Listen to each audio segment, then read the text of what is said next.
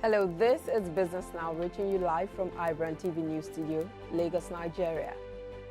The Central Bank of Nigeria disburses 106.3 billion naira to rice farmers under the PADDY aggregation scheme. Shortage of oil refineries across sub-Saharan Africa stalls fuel supplies. Kenya's Treasury gets 20 billion shillings AFDB loan for budgets and agriculture. And also China's government accuses Washington of jeopardizing peace after U.S. envoys began trade talks with Taiwan.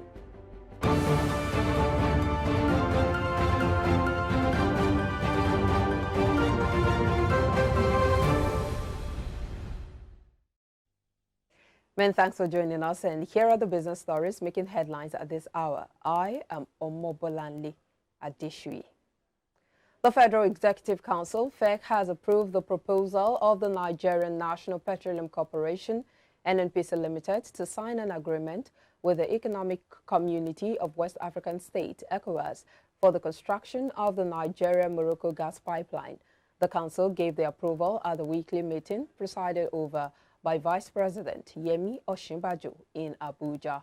Minister of State for Petroleum Resources, Temipre Silva, who spoke at the end of the meeting, said the project was still at the front end and engineering designing stage, adding that the cost would be determined after the design has been completed.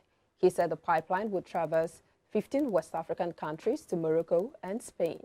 This gas pipeline is to take gas to 15 West African countries and Morocco, and through Morocco to Spain and Europe. Silva had said Nigeria was ready to offer its services as an alternative gas supplier to Europe through the Nigeria-Morocco gas pipeline.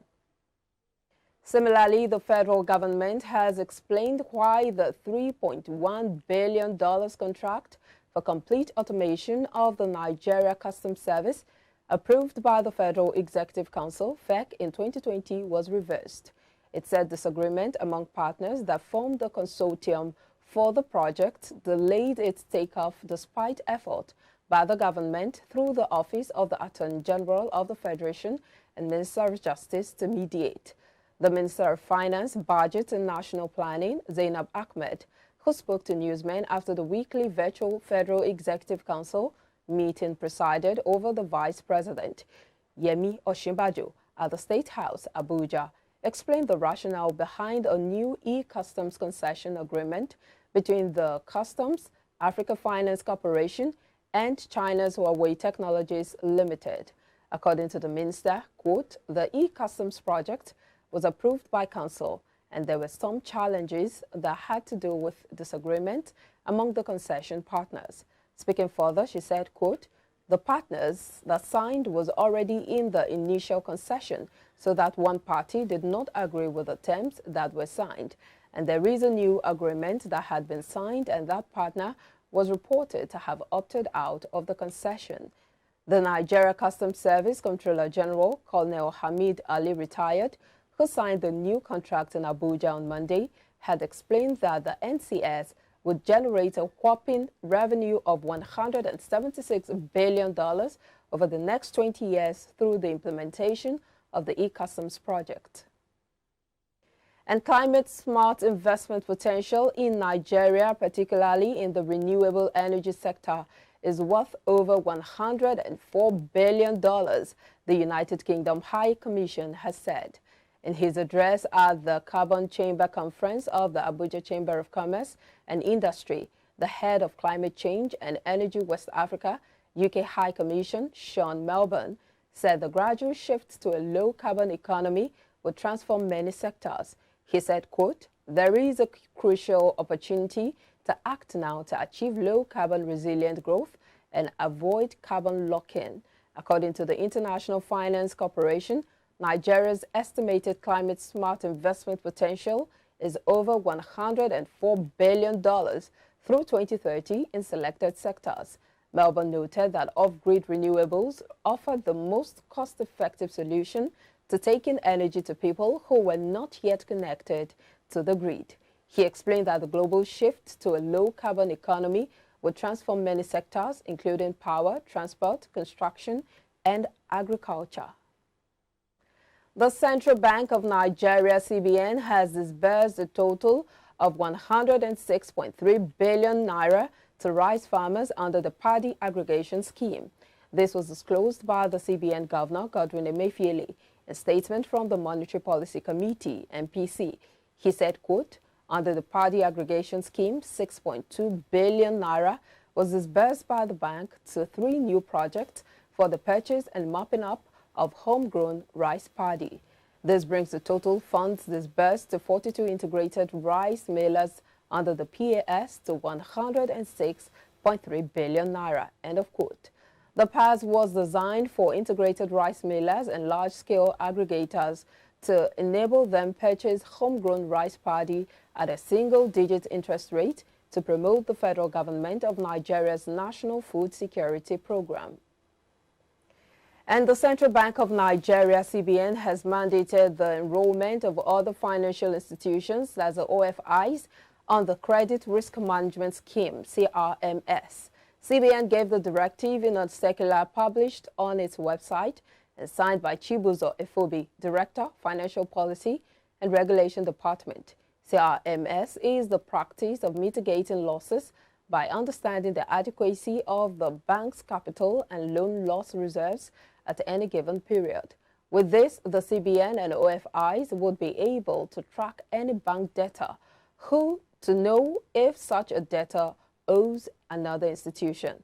OFIs include development finance institutions, DFIs, microfinance banks, MFBs, primary mortgage banks, PMBs, and finance companies, FCs. A professor of economics and chief economic strategist to the Economic Community of West African States, Ken Ife, has valued the asset of the Nigerian National Petroleum Corporation, NNPC, at 50 trillion naira, noting that the oil company can be listed on the Nigerian Exchange Limited.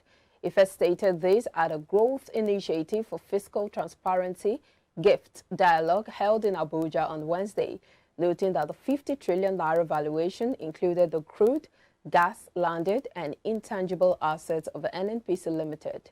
He stated that the NNPC should be quoted in its stock market to ensure that all host communities, labor unions, oil and gas marketers, citizens and corporates partook in the public quotation. He said this was the best way to reduce oil theft and opaque petrol subsidy being paid by the government, and he regretted that the Petroleum Industry Act had removed the NNPC from being subject to the Fiscal Responsibility Act and the Public Procurement Act, saying this was not healthy for transparency and accountability. Capacity utilization in the manufacturing sector increased to 59% in the second half of last year from 53.7% recorded in the corresponding half of the previous year, indicating 5.3 percentage points increase over the period. It increased by 6.6 percentage points when compared with 52.4% recorded in the preceding half. Capacity utilization in the sector averaged 58.9% in 2021 from 49.5% average of 2020.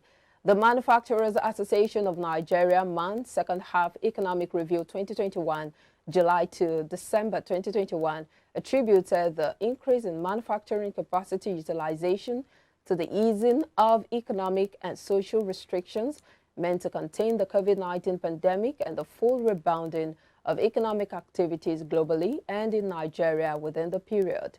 The review also noted that there were increased capacities in the paper subsector brought in by 5 new paper mills that are into recycling of waste papers to produce cartons. The Republic of South Korea is to support Nigeria with $13 million on the implementation of the second phase of the Nigerian e-Government National Master Plan 2021 to 2026 through the Korean International Cooperation Agency, KOICA. The Korean ambassador to Nigeria, Kim Yong-cheer, announced the support while speaking at the commencement of the project for building foundations towards digital governance for Nigeria in Abuja recently. Yong-cheer said Korea would spend the sum of $13 million to develop capacity to further enhance the execution of the National E-Government Master Plan. Young Chair was represented by the Country Director at Koika, Mr. Sungil-son, the Minister of Communications and Digital Economy, Dr. Issa Ibrahim Pantami, who was represented by the Permanent Secretary of the Ministry, William Nwankwo. Alo said the successful implementation of the first phase of the project led to the development of the National E-Government Master Plan to guide the adoption and implementation of the e-government program in the country, which was approved for implementation by the Federal Executive Council, FEC, in August 2019. Still to come on Business Now. Oil prices fall as investors await OPEC Plus policy. Well, we'll bring you this and more business updates after this commercial break.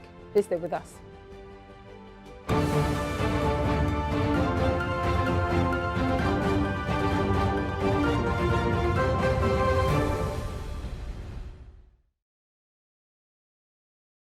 The cosmetics and personal care industry globally generates an estimated annual turnover of around $400 billion over the last 20 years. In Nigeria, the beauty and personal care market could reach 3.2 billion euros by 2021, making Nigeria the rising star in sub-Saharan Africa. Products for hair and body care are predominant on the beauty market in sub-Saharan Africa, where face products and makeup remain marginal but have strong potential. Africa's largest economy clearly has a lot to offer. The Nigerian beauty and personal care market is currently worth more than $1.25 billion at retail and is forecast to reach more than $1.31 billion next year, according to Euromonitor International. It includes a wide range of products from skincare items to makeup and beauty items. These are items that predominantly appeal to women and men alike to purchase beauty products, even though men are interested in cosmetics. Nigeria has emerged as the investment destinations of choice to international firms aiming to capture the beauty and personal care market in the continent. The photography business is a very competitive industry. Every year, thousands of talented photo lovers consider turning their passion into a money-making business venture. Especially in a fiercely competitive marketplace like Nigeria, in which it is very easy for anyone to buy a digital camera and call themselves a professional photographer. According to some practitioners, a new photographer who wants a standard studio can start with a budget of 3.5 million naira. However, one can start with a lower budget of about 500,000 to 1 million naira depending on the tools and cost of rent. On the average, the cost of photography equipment is around 294,790 naira. However, the price ranges from around 41,000 naira to as high as 2.46 million naira.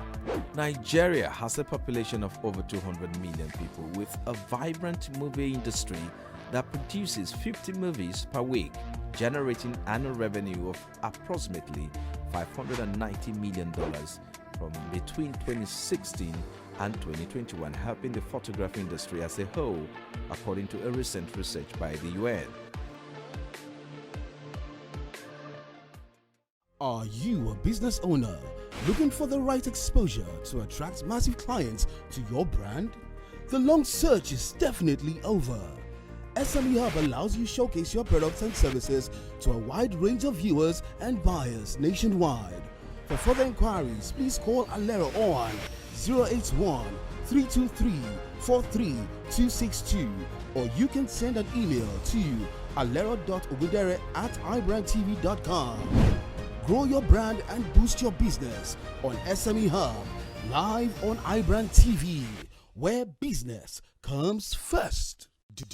You know that about 65% of Nigerian youths are passionate about entertainment? With the finest of music celebrities putting Afrobeat and African music on the global map, it is so inspiring to watch for upcoming artists. The commitment, passion, and hard work to reach stardom is one of a kind. We recognize that, and we're willing to help you through your journey to fame and fortune. This is why we are calling on upcoming artists who are passionate about the careers to come benefit from our show, your show, Next to Blow. A show that has been packaged to support and showcase talented music artists to our viewers nationwide. Do you have a music video? Are you looking for a TV promotion at no cost? Then look no further, because Next to Blow on IBrandTV gives you all that and more. For further inquiries, contact us at info@ibrandtv.com or at our head office, number 12, Paniagro Plaza, First Weather Bus Stop, Olora, off Omole Phase 2, Ojodu Berja, Lagos, Nigeria. Next to Blow, your next in line for fame and stardom.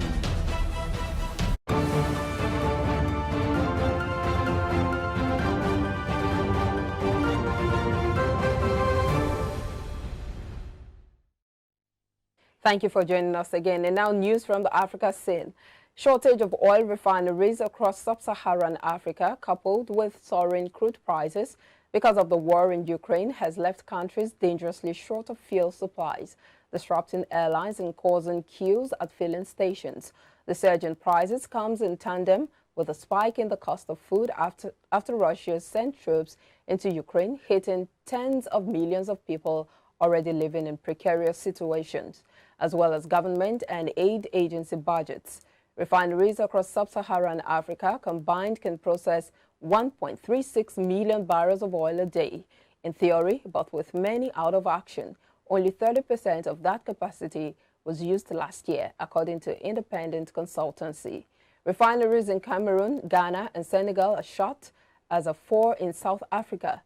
Africa's biggest oil producer, Nigeria, pumps over 1.3 million barrels a day, but the 2 privately owned plants still running there can only process 1% of that. And the Treasury has offered Kenya Power 7.05 billion shilling subsidy to allow the utility to cut consumer electricity bills by a further 15% without hurting its cash flows. The Budget Committee of the National Assembly revealed the multi-billion shilling subsidy in a report to lawmakers after independent power producers resisted the push to cut their tariffs and allow Kenya Power to lower consumer bills. Kenya Power in January cut retail tariffs by 15%, which was hinged on the firm lowering system losses. The share of electricity bought from generators such as KenGen that does not reach homes and businesses due to theft and leakages from an aging network. The state promised a similar cut in a plan based on the review of power purchase agreement, PPAs, after a task force appointed by President Uhuru Kenyatta found that there was a huge disparity between the tariffs charged by main power producer KenGen and private power generators. And Kenya is set to get 19.8 billion shillings loans from the African Development Bank, AFDB, this year for budgetary support in agriculture to help its economy recover from the effects of COVID-19 pandemic and the Russia-Ukraine conflict. Nena Liliwabu, AFDB Director General for East Africa, said the amount, 11.6 billion shillings, would go towards budget support to help steer the Kenyan economy back on track amid inflationary pressure. The loan would add to Kenya's recent uptake of debt for budget support, even though AFDB downplayed the risk of default. The report Treasury Cabinet Secretary Yuko Yatani tabled in Parliament 2 weeks ago showed that the state borrowed 9 new loans between January and April, totaling 137.9 billion shillings to finance projects. And on the foreign scene, China's government on Thursday accused Washington of jeopardizing peace after U.S. envoys began trade talks with Taiwan aimed at deepening relations with the self-ruled island democracy claimed by Beijing. Talks that started Wednesday covered trade, regulation, and other areas based on shared values as market-oriented economies, according to the Office of the U.S. Trade Representative. It did not mention China, but the talks add to gestures that show U.S. support for Taiwan amid menacing behavior by Beijing, which threatens to invade trade dialogues disrupt peace and stability in the Taiwan Strait, said the Foreign Ministry spokesman Zhao Lijian. He called on Washington to stop negotiating agreements with Taiwan that have sovereign. And also from other foreign stories, oil prices fell on Thursday as investors cashed in on a recent rally ahead of key producers meeting later in the day, with some speculations that Saudi Arabia may boost oil production in response to urging by the United States. Brent crude was down $2.07 or 1.8% at $114.22 a barrel at 6:49 GMT, having risen 0.6% the previous day. U.S. West Texas Intermediate crude dropped $2.21 or 1.9% to $113.05 a barrel after a 0.5% rise on Wednesday. The benchmarks have marched higher for several weeks as Russian exports have been squeezed by EU and U.S. sanctions against Moscow over its invasion of Ukraine, actions that Russia calls, quote, special operation. The Russian ruble eased towards 62 against the dollar on Thursday, stabilizing in a relatively narrow range after sharp and uncontrolled moves last week caused by an imbalance of supply and demand on Moscow exchange. At 7:46 GMT, the ruble was 0.8% weaker against the dollar at 61.76 and had eased 1% to trade at 65 versus the euro. The ruble has become the world's best performing currency so far this year, boosted artificially by capital controls that Russia imposed after starting what it calls a special military operation in Ukraine on February 24. And the Canadian dollar will gain ground over the coming year as high commodity prices bolster Canada's economic outlook, and the Bank of Canada likely continues to raise interest rates aggressively, according to a Reuters poll. And the loonie is the only G10 currency to keep pace with the US dollar, a magnet for safe haven flows in 2022. The median forecast in the poll was for Canada's currency to strengthen 0.4% to 1.2 per dollar and 79.39 US cents in 3 months' time, compared to 1.25 in the last month's forecast. It was then expected to climb to 1.23 in a year's time. We'll take another commercial break now, and when we return, more news stories. Please stay with us.